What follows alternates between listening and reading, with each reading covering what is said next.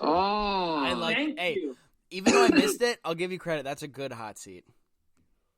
that was a real That's my call-out. hot seat, and my cool seat is Cullen for nailing all three of those trivias that you did. Hey, Colin, you came on the podcast and you showed me up. I'll admit it. You I Hey, didn't it's all right. expect it. I Hey, did not expect way the it. road. Way the road, man. Way the road. All right, I've got my hot You seat. performed. Might be a little out of the water. It's basketball. I'm a basketball guy. Yep. But my hot seat is Lakers small forward, Mr. LeBron James. Ooh. And you know why? You try to trademark. I feel Taco like- Tuesday. I feel like Yes, there's a good screw that amount of that was actually something I did want to talk about to you. That is absurd that Yeah, he's it trying is. to do that. Yeah, I hate You're that trying to dude. trademark basically a day of the week, dude. Like, Who do you like, think come you are? on. You drink some wine once and make some drunks Insta stories, and you think you can trademark Taco Tuesday? 'Cause you Yeah, said like, it in come a weird on. voice Like, around your has family. like that hasn't been used for 20, 30 years. But nonetheless, I think there's a lot of pressure on LeBron to get it done this year with Anthony Davis, all the stuff that went on with Magic Johnson and their whole chaos in their front office. It was huge for them to land Anthony Davis, but now that their talent cupboard is looking a little dry after getting AD, I think there's quite a bit of pressure on LeBron James to pull the Lakers to their next championship over their Staples Center rivals, which is the Clippers as well. So I think there's a lot of pressure on LBJ. I hope he fails miserably. Hey, I mean, I can't say I hope that, but I'm gonna say outright. I'm I'm a definitely ready for LeBron. I'm an basketball anti-LeBron. season. I'm gonna say it outright. I do not like him. Just gonna say it. I mean, True we're, Chicago fan. Chris We're- Refka, if you're yeah. listening, come on the podcast. Chris and Refka, play Javon Stricker. if we were, If you guys are hey, listening, book both of you. that's a little harsh. But nonetheless, we're Michael Jordan guys around here. We're Chicago Bulls guys. So we can't be too much on the LeBron side. I respect him as a player. No. I will say that a million times. But he's torn my heart out too many times with the Derrick Rose era Bulls, dude, and Nate Robinson It's and ridiculous. And then saying all that that stuff. he was about to come here with Dwayne Wade. yeah, no, I like, mean that yeah. if that wasn't the most That stuff hurts, outright- dude. I mean, when I saw that, I mean, I couldn't believe it. Dude, that Quite stuff hurts honestly. because Dwayne, like, not to get off topic here. I mean, I don't really think we're on a specific agenda at this point, but No. I mean, Dwayne Wade and LeBron have been on record saying like they were this close, and you guys can't see what I'm doing right now, but by this close, I mean there's no room in between my fingers. Like they were that close to coming to Chicago and play next to Derek and Joakim, but I mean, it's really painful as a Bulls fan considering what the Heat did in those couple of years. I don't know, man. I'm gonna say my hot seat, and it took me a minute to think about it. And Yeah, that's all right, dude. I'm gonna go out on a limb here and say that my hot seat is Mr. Pinheiro, Eddie Pinheiro. Eddie I like Pinheiro? that. Pinheiro. Eddie Yes. Pinheiro. If All you right. pronounce it correctly, Pinheiro. All right, let me give my Pinheiro. best. Pinheiro. Okay, I like it. That was good. I think that Eddie Pinheiro. I love the fact he kicks 58 yards and can nail it. Pinheiro. I don't like what he did in week 4 by missing a kick. I mean, that's something, and that's an extra point. That is, sorry, let me specify. I think it might be something that is something that's correctable. I think it's something that luckily it's the preseason. Maybe it was a fluke. I Yeah. hope so, because as I was talking and with somebody, and they said that it could have just been a slice kick, but I mean, at the end of the day, I hope for a fact that Eddie Pinheiro doesn't miss extra points. We're playing teams like the Saints, we're playing teams like the Chiefs. Hopefully, Packers. but exactly a division rival, the Packers. Yeah. I mean, we don't want to be losing division games. God. I mean, we have a very hard schedule as is. I mean, the divisional games are the ones we're going to want to win, and I don't want it to be a situation where it's up to our kicker. But if it is, I hope that he can come up clutch. But it scares me a little bit. It does. But I think that he's a professional athlete. I think that the kicker is probably the position that you have to be most mentally tough as far as. That's funny, bro. I mean, think about it. You don't have a huge job. You probably have one of the smaller jobs on the field as far as what other players think that are on your team. I just think that, I think it's a mental game. He has it there physically. Obviously, he's a professional athlete, and I hope that he can come up clutch, because at the end of the day, a kicker is not where you want your team to be suffering, as we saw, against the last game of last season, which we won't Yeah. talk about. But Yeah, I mean, there's a reason he won the job. There's a reason he kicked it really well in the preseason. As me and you were talking about yesterday, Rags. He was 8 of 9. He hit the 58-yarder. Obviously, he had the extra point shank that we were just talking about. We talked about it on this and podcast. you had your own opinion on that about him. You know, I mean, he missed it so bad. You have to just question: did he slip, or did the guy hold it wrong or whatever? Yeah.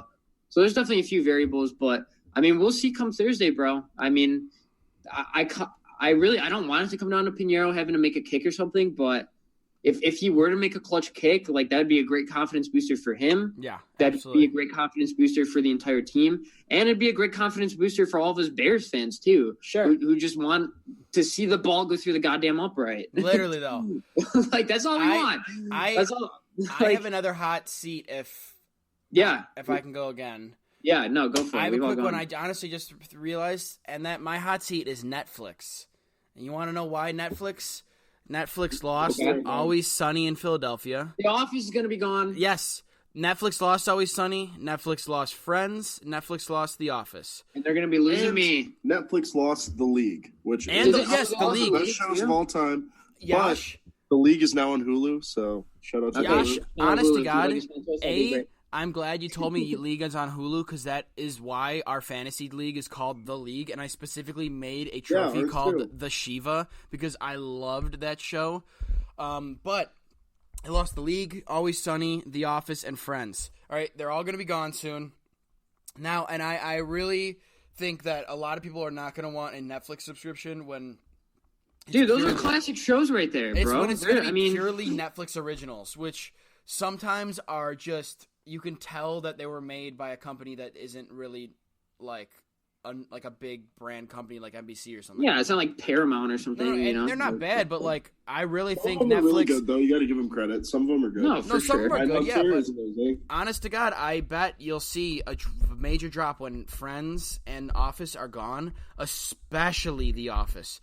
Dude, there's gonna be a major. I'm dip gonna in be. it. There's gonna be like rallies and stuff. Like honestly, They might bring it back just because they're like, oh my God, everyone canceled. We are literally at 0 subscribers now. I probably will cancel when that day comes. I honestly, will. I'm planning on it fully. I'm planning on getting Hulu or whatever NBC, like whatever has The Office. Like I need to watch it. yeah. Another reason the Netflix is on the hot seat has to be the fact that they raised their prices. I don't know if you guys noticed, but they charge you Yeah, $12.99 a month. it wasn't. I think it was $8.99 before. It was $8.99 to start Yeah. out. It's $12.99 now. I mean, that Why doesn't don't we sound do like a that? lot, bro. But I mean, when you add it up, like that, When you're that's in basically college, $40 a year. that $12.99 has overdrawn my account. I am not ashamed to say it. Hey, Yeah. hey, no shame there, dude. I am. I just, honest to God, I want to talk about what's happening Thursday because, as you guys Yeah, know, wait, I think we should finish off Really finish off quickly today's- before that, Yeah. I've got one question. I don't know if we have time Gosh, for it. go It'll nuts. take me a bit. I was thinking about this fine. earlier. It's a Bears-related question. If you had to build, you know how they ask a lot, like all those experts are like, oh, I would build a franchise around this player. If you had to build a franchise around any Bears player, who would it be? like right now, like on our team right That's- now. I mean- of all time. That's Oh, a of all given. time? That is a strong given. I mean, yeah. Are you gonna say like no Walter Payton? Yeah, no Like- Walter Payton. Okay, I was you gonna say said. Walter Payton easily. Okay, yeah. Oh, wait. We're talking about all-time Bears? Yeah, all-time. Okay, I thought we were Walter talking about Payton. current, because that would be cool. So like, are you taking their like what happened in their career into account, or is it like, oh, I'll take Gale Sayers and like maybe he will be really healthy throughout his whole career or something? No, I would You say know? what happened in their career through account. And Yeah. if you're gonna say Khalil Mack, you assume that he's gonna have Based on the his rest of projections, career, basically. yeah. Okay. The rest of his career is gonna be exactly how the first part of his career All right, was. I've got one. I'll go last because I don't think anyone's gonna say mine. Okay. I'll go first. I'll save it for Colin and Rags. You know, the proclaimed Bears experts for sure. Definitely over me. I don't know. Since I can't say Walter Payton, I feel like almost by default I have to go for our modern day linebacker, which is the one and only Khalil Mack. I feel like it's inevitable he's going to lead us to at least one Super Bowl, if not two. Oh, I'd love that. So But yeah, just based on what I think and how his career projects. I don't even want to talk about that. Gets me so going, man. I don't want to talk about that. Yeah, not to get you guys too hyped up or anything. It's got to be Khalil Mack. He's going to be a Super Bowl MVP in the next couple of years, is my prediction. But what do you guys have to say? You guys want to go or Colin, Ben? I don't want to go yet. I want Yash to go. Okay, Yash. Oh, come on. All right. Yeah. Yash asked the question, so I guess I did ask the question. who are you going to go with, Yash? As much as I want to say Khalil Mack, I'm gonna have to go with the Bears lifer here, Brian Urlacher.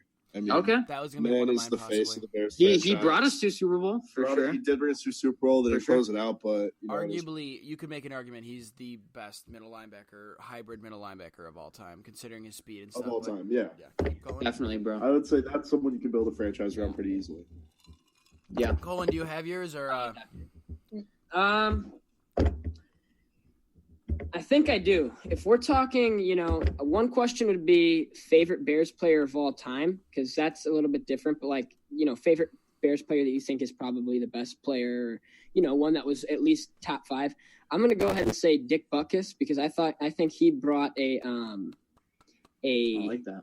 attitude to a defense that is not brought to any defense that's in the NFL today or has been in the past 5, maybe 10 years. I think honestly, other than Ray Lewis, I'm going to say. I think you could say the closest though is Khalil Mack. I feel like he brings an attitude to the field that Bears are not. And Ray Lewis. I would say Ray Lewis because Khalil Mack. He just because of the position he plays, he's like outside linebacker / D end.